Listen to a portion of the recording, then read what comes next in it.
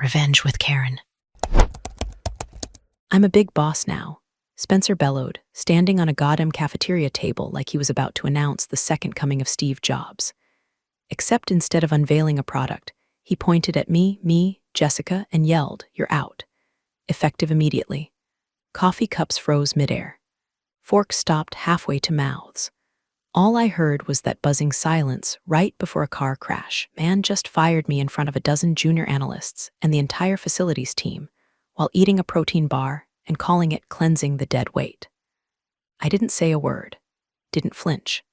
Just pulled the master campus keys from my bag, the ones I'd carried for 11 years, the same ring I used to unlock boiler rooms, secure server closets, and that one cursed sub-basement where the rats formed a union. Held it up like a bartender sliding a drink to a problem customer and said, "Good luck."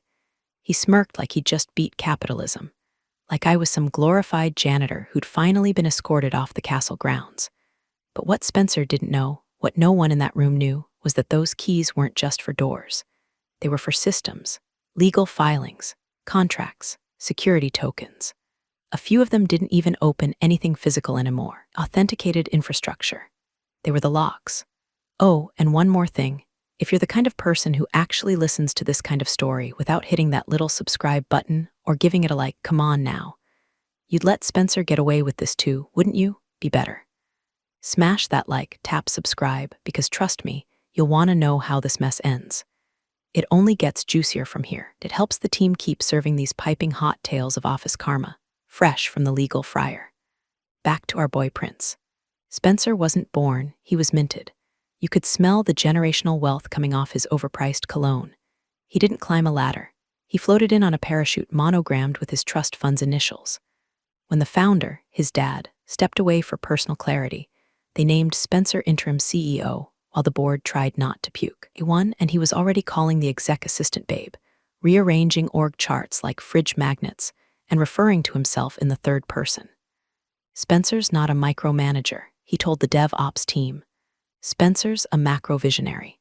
Then came the purge. He started the morning by firing the company historian, Jerry, poor bastard, who cried quietly into his cardigan. Then he slashed the wellness budget, and 2 remote staffers over Zoom, he muted them halfway through their goodbyes and declared no more cubicle walls.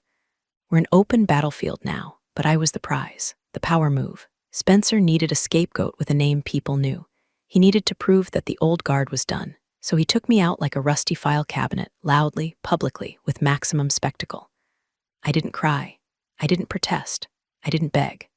I walked out past the reception desk, past the stunned interns, past that infernal motivational poster I always hated, "Teamwork makes the dream work," and straight to my car. I didn't drive home right away. I sat in the parking garage, staring at those keys in my palm. They felt heavier than usual, not with metal, but with memory, authority, leverage. Then I opened my glove box, pulled out the blue binder. Facilities Protocols Custodian Keys. 11 years ago, founder trusted me with a level of access that didn't come with a title. It came with liability. I was the named custodian on everything from digital infrastructure to physical lease renewals. Back when we had no budget and ran IT out of a converted closet, I was the one who stayed overnight during the ransomware scare. When the fire inspector said the basement server racks were illegal, I was the one who negotiated the fireproof waiver. I had authority, I had credentials, I had signing power, and now they had a boy king who didn't know the difference between an access badge and a root certificate. Let him play CEO, let him throw tantrums and axe good people, because he just fired the one person holding the keys, literally and legally, to the castle's gates. And I didn't need to break anything. I just had to stop fixing it. My front door stuck like it always did, just a little to the left. From when the foundation settled weird back in 08, I never fixed it. Kind of like that it pushed back, the way the world should when something ain't right. I kicked it open with my boot, dropped my bag by the cat's food bowl, and sat at the kitchen table with the grace of a woman who'd just been sucker-punched by nepotism wrapped in Armani. I wasn't crying. I wasn't even angry, not yet. Just quiet. There's a kind of silence that settles in your bones when the thing you've built, day after day, year after year, gets handed to someone who thinks compliance is a brand of gum. Spencer didn't just fire me. He amputated the nervous system and didn't notice the twitching.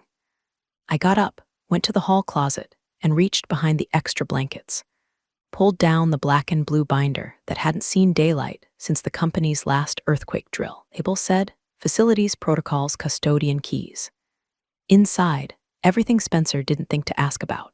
Every security access override, every vendor lockbox code, every just-in-case procedure the founder and I put in place back when we were still building servers out of Craigslist parts and praying the fire suppression system wasn't hooked to a sprinkler. And on page 1, my name. Jessica Sharp named Records Custodian. See, when you're not flashy, you don't demand corner offices or fancy titles. Folks forget what they've signed. But not me. I remember every meeting, every after-hours call with legal, every IT fire I put out with duct tape and institutional memory. I was written into the marrow of that company like asbestos, quiet, buried, and legally sticky. Flashback.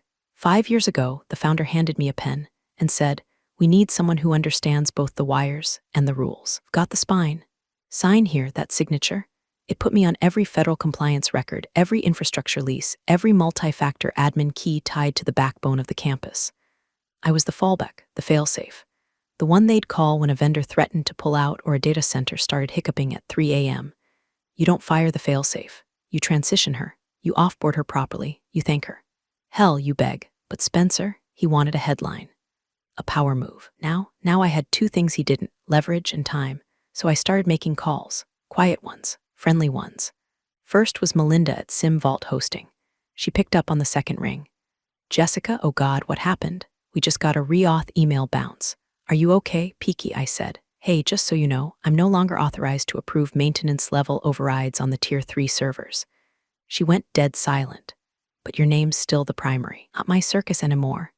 Then I called Joe at NextGrid, our security vendor for the badge systems and surveillance. He chuckled when I said I was out. That explains the dashboard errors. Spencer's people didn't even know we needed facial token matching reissued. They tried rebooting the lock server, froze it, tell them to reach out to someone else. I'm not it. Each call was surgical. No bitterness, no sabotage, just absence. The sudden, deafening silence of 1,000 assumed tasks disappearing. I didn't have to say I was angry. The systems would say it for me. That night, I sat in my kitchen, binder open, sipping boxed wine from a mason jar, watching the company Slack implode from a burner login I forgot to delete. Anyone know why the vendor portal says pending credential reissue? Jessica used to handle this. Who has her certs now? Wait, what's a cert? They were unraveling. I wasn't even touching a thing. Just letting the machines do what they always did when left unsupervised. Spencer thought he fired a secretary with a key ring. What he actually did was pull the plug on the beating heart of the company and hand the cables to an intern with no idea which one was labeled "Do Not Touch." I took another sip. Tomorrow, I'd make a few more calls. But tonight, I let the silence stretch. Because for the first time in years, I didn't owe that place anything. And somehow, that felt louder than any speech I could have given in the cafeteria. The first sign something was wrong came at 7:12 a.m., when Spencer tried to swipe into the main building and the badge reader let out a long, disappointed bleep. He swiped again. Same sound. Then again, jamming the card harder, like it owed him rent. Nothing. A passing janitor, Carl, who'd worked there since the Bush administration, just shrugged and said, "Gar jiggle it sometimes. Or maybe talk to Jessica?" Spencer turned the color of skim milk and barked, "She doesn't work here anymore." Carl nodded slowly. "Ah, well, that explains it," and walked off humming Free Fallin'. By 8:30 a.m., half the company was stranded outside in business casual, crowding around the badge readers like confused pigeons pecking at a locked bread box. IT got looped in. Spencer demanded answers. The head of IT, Ramish, saint of patience, calmly explained over speakerphone, "We can't provision new badge authorizations until we get the master override credentials transferred." Spencer, "So do it." Ramish, "We can't." The root user was Jessica. Silence. "She's the only one who could issue new admin certs without triggering security flags. We emailed, got an auto-reply." Spencer groaned. "Can't you hack around it?" She designed it to resist hacks. It's literally compliant with the Federal Tamper Evasion Protocol. In English, "We're locked out, sir." By noon, payroll hit a snag.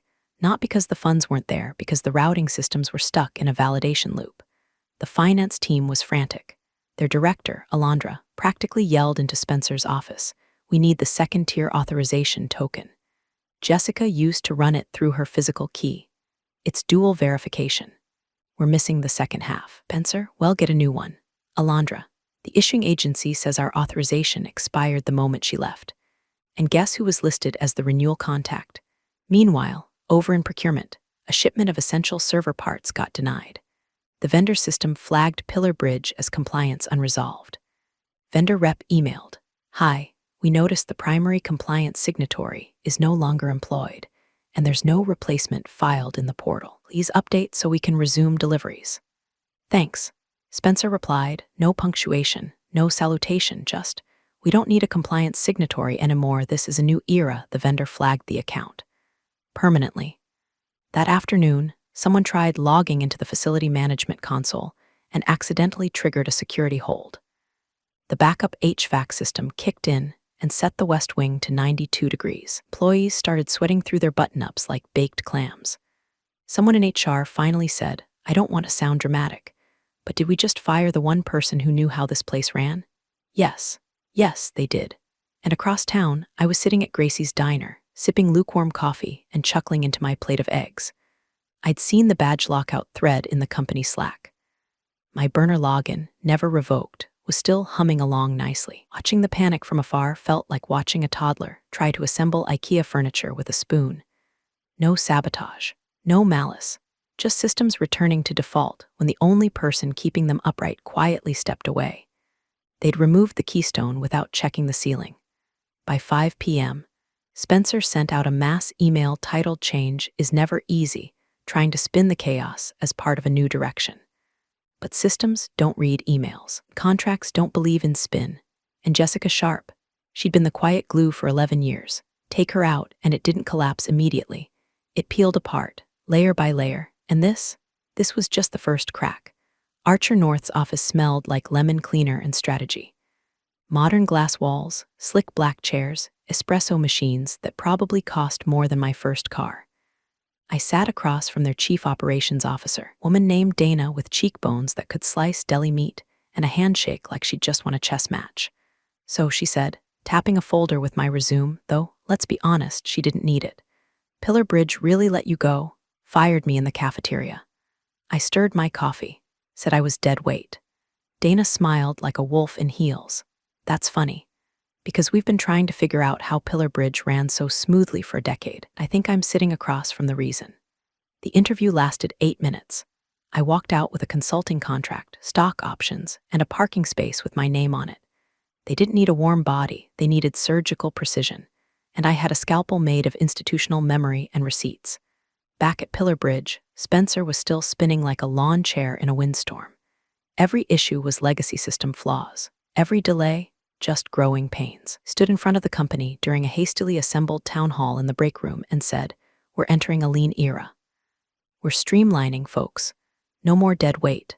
The future is agile." Then he fired Ramesh. Yes, the same Ramesh who kept the firewall from collapsing every time a junior dev clicked on a phishing link promising free gym memberships. With Ramesh gone, Spencer handed the entire IT department to his frat buddy Bryce, who once set off a building-wide lockdown trying to install Minecraft mods on a company laptop. The morning after the change, the firewall flagged a routine update as hostile and blocked internal DNS. For 5 hours, no one could access internal email. One VP had to send an emergency memo via fax. Meanwhile, the finance team hit their own wall. Vendor #1 refused to release the quarterly shipment of replacement badge fobs without updated compliance forms. Vendor #2 paused all transactions until the new custodian of record reauthorized their legal framework. Vendor #3 escalated a potential breach report due to login attempts from an unauthorized IP in, surprise, Spencer's vacation house. These weren't just inconveniences. These were cascading failures. Alondra from finance sent an internal report marked urgent, titled, "Compliance Paralysis, Immediate Risk of Vendor Shutdowns." Spencer skimmed it, shrugged, and forwarded it to Bryce with the note, "Can you fix this in the cloud or whatever by lunch?" A junior analyst found Jessica's name still hard-coded into 3 critical spreadsheets tied to tax documentation. One formula broke. Then the next. Then payroll couldn't verify the federal tax deposit routing. Meanwhile, over at Archer North, I was settling into a temporary office with a window view of the Pillar Bridge building. I could practically see the smoke rising. Dana poked her head in. "Want some popcorn?" I smiled. "Maybe later. I'm not done yet." Because as sweet as that job offer was, and it was, I hadn't come this far just to watch them implode from afar. Spencer hadn't just fired me. He disrespected the work. The quiet, messy, and paid overtime kind of work that holds places together when no one's watching. He thought what I did was invisible. But the thing about invisible structures, when they fail, everything falls. I wasn't going to sabotage them. That would be too easy. I was just going to let gravity do what it always does when you knock out the support beams. Let the boy king learn what it feels like to rule rubble. And trust me, I wasn't done watching. First tremor came during the quarterly compliance committee meeting, a boring little Monday ritual Spencer had planned to cancel altogether, until legal begged him not to. He showed up late, phone in hand, sipping some $11 juice with chia seeds and oat foam, whatever that is. He slumped in a chair, scrolled through his inbox, and interrupted the GC mid-sentence. "Wait, who's Jessica Sharp? She's all over these documents." The general counsel, Michael, looked up like someone had just farted in church. "You're kidding, right?" Spencer blinked. "She doesn't even work here anymore."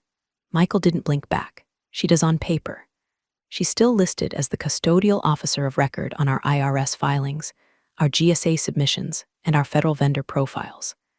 Her credentials validate 3 separate compliance frameworks tied to financial reporting, infrastructure access, and security audits." Spencer made a face like someone had spilled yogurt on his sneakers.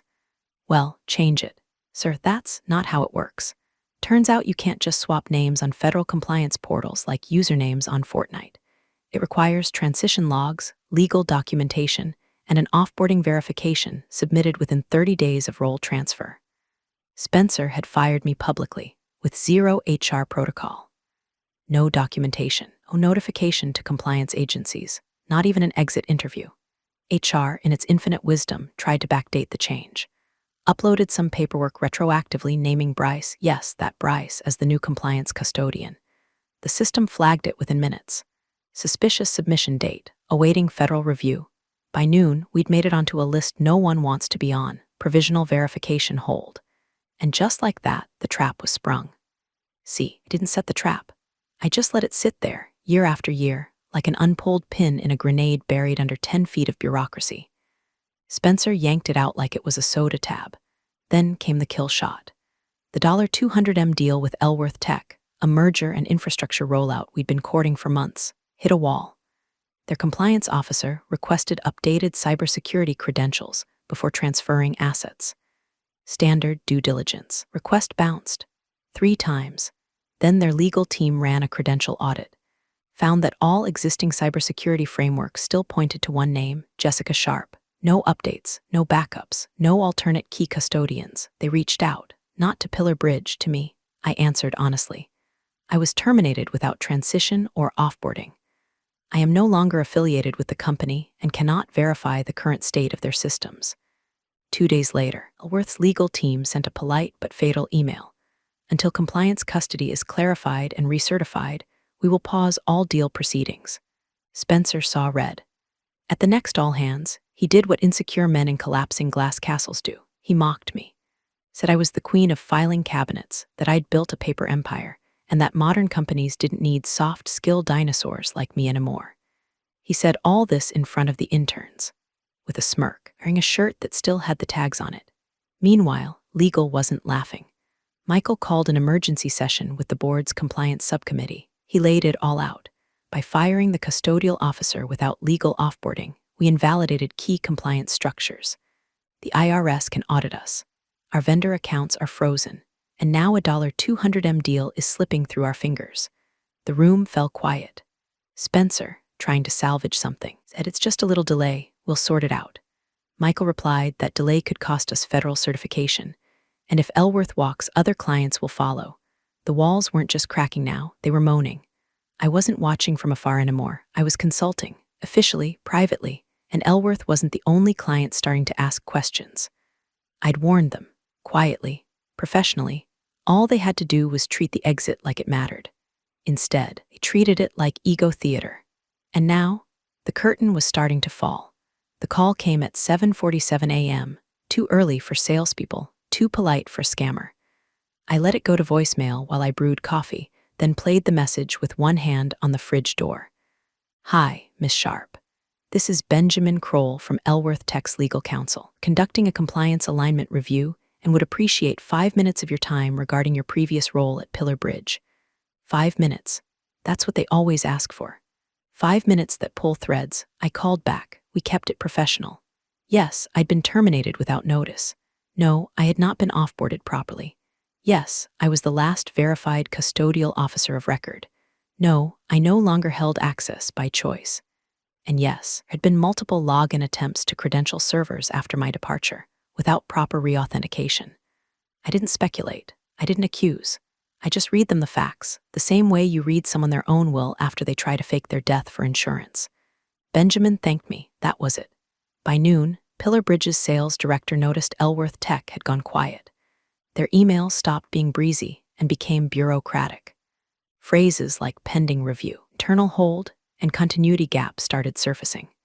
At 3:18 p.m., Spencer sent an all-caps message to legal and sales.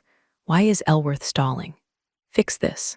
Legal replied with a single attachment, a forwarded email from Benjamin Kroll.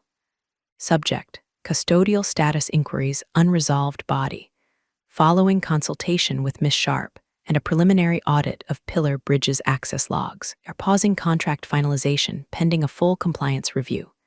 No drama, no lawsuit, just pause, the deadliest word in corporate America.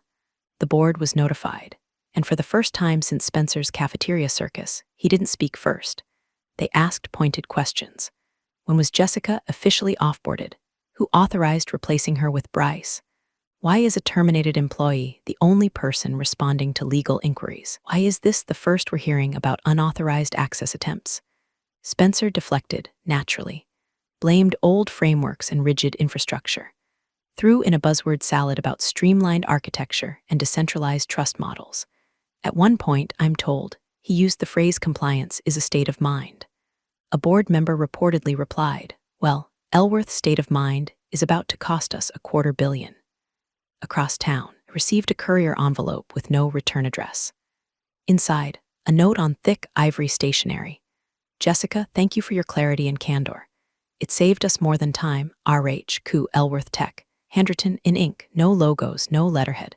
Just old-school gratitude in a world that runs on backchannels and buzzwords. I tucked the note into my binder, not for revenge, not for ego, for proof that you can still win clean. That silence, paired with truth, can shake the rafters harder than 1,000 angry tweets. Back at Pillar Bridge, the wolves were circling. Legal was now triple-checking every filing. Compliance was pulling daily audits. Vendors were requesting formal confirmations of Spencer's leadership qualifications. HR was meeting with external counsel just to be thorough. And Bryce, he was quietly updating his LinkedIn to open to work. The house wasn't on fire yet, but the wiring was sizzling. The smoke alarms? Oh, they'd been disabled weeks ago by the same guy who thought root access meant admin password. Password. I didn't sabotage anything. I didn't leak. I didn't delete. I didn't hack. I didn't whisper into investor ears. I just answered the phone with the truth. And apparently that was all it took. They called it an all-hands alignment review, but everyone knew it was a 5-alarm panic meeting with a side of corporate CPR. The room was packed. Executives, legal, finance, operations, all squinting into lukewarm coffee cups and pretending not to be hungover on dread. Spencer walked in 5 minutes late, as usual, swinging a kombucha bottle and grinning like he just beat a parking ticket. He took the chair at the head of the conference table and said, all right, what's the fire this time? With the smirk of someone who's never been within 3 feet of accountability. That's when the founder walked in. Wasn't supposed to be there. Technically, he was on a sabbatical in Sedona, rediscovering mindfulness or whatever excuse you use when your company's being gutted by your own bloodline. But one phone call from a board member about a paused $200 million contract, and suddenly he was flying coach with a laptop full of regrets. He didn't say a word, just sat, arms crossed, waiting. Legal went first. Michael looked like he hadn't slept in 3 days, was halfway into day 4. He began calmly. We've confirmed that Jessica Sharp was never offboarded from her role as registered custodian. Spencer rolled his eyes. We've been through this. She's gone. Michael didn't flinch. gone in body, not in protocol. She was the named custodian across federal, vendor, and infrastructure filings. When she was terminated without formal offboarding, no transition occurred, which means, legally, her current operational footprint is unauthorized. Spencer leaned back in his chair. It's just paperwork. Update it. Problem solved. The CFO cleared her throat. It's not just paperwork. She stood and slid a thick folder down the table, every page tabbed and highlighted like a crime scene. Our insurance policy is predicated on validated custodial controls. Our vendor contracts include clauses requiring 30-day notice for personnel changes in compliance-sensitive roles. And now, because none of those steps were taken, we may be in breach of, she tapped the folder, 11 contracts, including Elworth Tech. They've already frozen all negotiations pending third-party verification. Spencer's jaw tensed. This is being blown way out of proportion. That's when the founder finally spoke. You telling me we fired the custodian, didn't replace her, and then continued operating as if everything was covered? Michael nodded. Yes, sir, and attempted to backdate filings which were flagged by the federal portal. The founder blinked slowly, like a man watching his retirement fund melt into the carpet. Spencer jumped in, defensive now. Okay, yes, mistakes were made, but it's not catastrophic. We still have relationships. Clients trust us. We'll bounce back. CFO snapped. Spencer, a $200 million contract is not a bounce. It's a quarter of our forecast. And if Elworth backs out, others will follow. Then we'll spin it, Spencer replied, voice rising. We'll call it a restructure. Tell investors it's part of the new strategy. We don't need Jessica. We've moved on. Michael folded his hands. It's not about Jessica the person. It's about Jessica the credential. She wasn't symbolic. She was infrastructure. Spencer went silent. For the first time, his mouth couldn't outrun the math. Legal shifted gears. And just to be clear, sir, if this becomes public before we can correct it, we may face not only reputational damage, but possible regulatory penalties, especially if other clients come forward. The founder sat back, rubbed his face, and exhaled through his nose like a bull staring down a matador. Fix it, he said to no one in particular. Immediately. The deal died the next morning anyway. Elworth Tech sent a formal withdrawal. No blame, no drama, just a clean, surgical exit.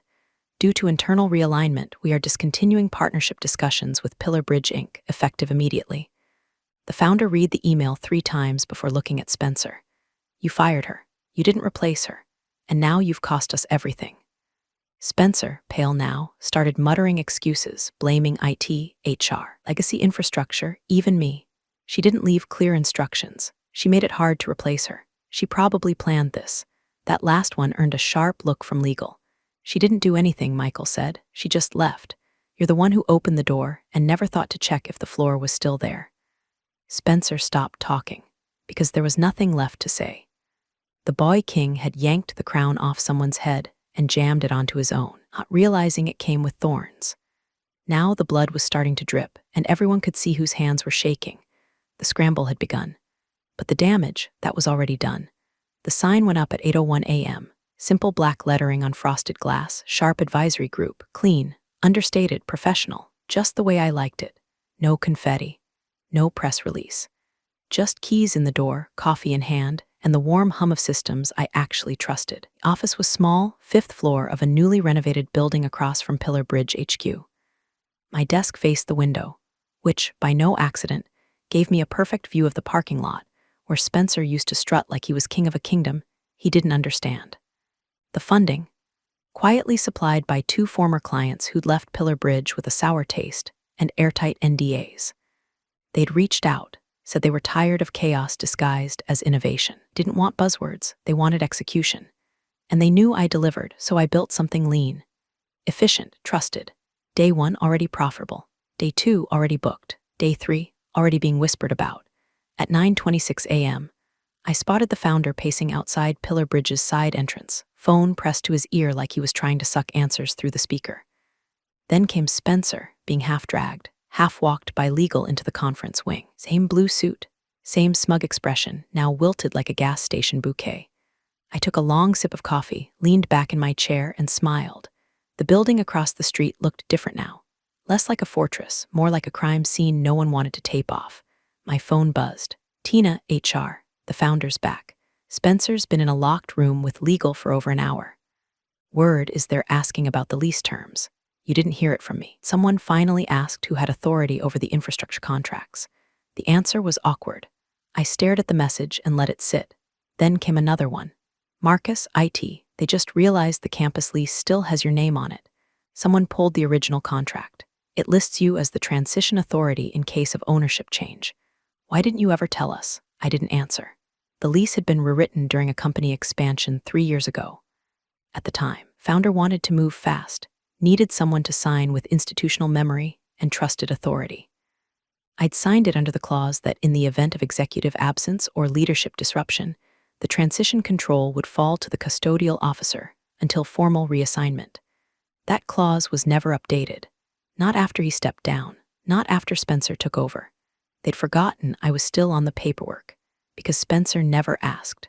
And now, we're sitting in a glass room with a founder who just learned his own son had gutted the very foundation of the company without even reading the lease on the building they occupied. I imagined the scene unfolding inside, legal sliding over the documents, the founder scanning the signature, Spencer blinking, sweating, stumbling through half sentences. The phrase irrevocable custodial clause hanging in the air like a guillotine on a slow drop. I didn't need to be in that room to hear it. Silence from across the street was loud enough. The phone buzzed again. Tina, you really played the long game, didn't you? I typed back, nope, just kept receipts. You'd be surprised how heavy they get after 11 years. She sent a laughing emoji, followed by, drinks on me when this all collapses. I turned away from the window and opened a folder labeled upcoming contracts. 3 new clients. 2 of them poached from Spencer's future partners list. None of them wanted disruption. They wanted reliability. They wanted someone who knew where the real power lived in the boring stuff. The stuff Spencer never noticed, until it bit him. The door to the conference room across the street opened. Spencer stepped out first. Alone, no folder, no laptop, no smirk. Just that dazed, lost look of a man who finally figured out he wasn't the protagonist. I didn't wave. I didn't smirk. I didn't even move, because I hadn't said my final word yet, and he had no idea what was still coming. The final meeting wasn't listed on any calendar. It wasn't broadcast in Slack, and no one live tweeted it with fake enthusiasm and corporate emojis. This was the kind of meeting that happens behind closed doors, with phones left outside, and voices kept low even when the sky is falling. Everyone on the board was there. Founder at the head, legal to his left, Spencer nowhere near the center this time. He was flanked by counsel, a stack of binders, and what looked like 3 different printouts of the same lease agreement with my name highlighted in neon yellow. The GC, Michael, looked like he was about to deliver a eulogy, not a report. He opened with one line, "You didn't fire an employee. You dissolved your root access." Then he started the autopsy. Page after page, clause after clause, system after system, every one tied to my credentials. Compliance renewal, me. Infrastructure leases, me. Vendor verification tokens, me. Federal reporting certs, me. And the kicker, security tokens. The very keys Spencer had demanded I hand over in the cafeteria like they were a set of janitor rings. Turns out, those keys were encrypted hardware credentials, biometrically bound, legally registered, and tied to multi-million-dollar systems. Were never meant to change hands with a handshake or a tantrum. "You fired her without revocation," Michael said, slowly turning a page, and then she handed you the physical tokens that, without her biometric verification, auto-disabled half your systems as a fail-safe. The founder asked, barely above a whisper, "Wait, the shutdown was automatic?" "Yes," Michael replied, triggered by an unresolved credential orphaning event. The system assumed it was a breach. He paused. Because, in a way, it was. Spencer tried to speak, but he didn't have words, just a dry throat and a 1,000-yard stare aimed at the glass of water he hadn't touched. The board let it all settle. They didn't yell. They didn't storm out. The damage wasn't dramatic. It was structural, quiet, invisible, like mold behind drywall. By the time you smell it, it's already eaten the foundation.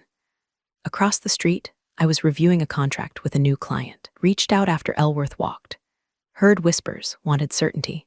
I gave it to them, but I kept my morning open for a reason. At 9:42 a.m., I left the office and crossed the street. I didn't sneak in. I didn't strut. I walked past reception like I always used to.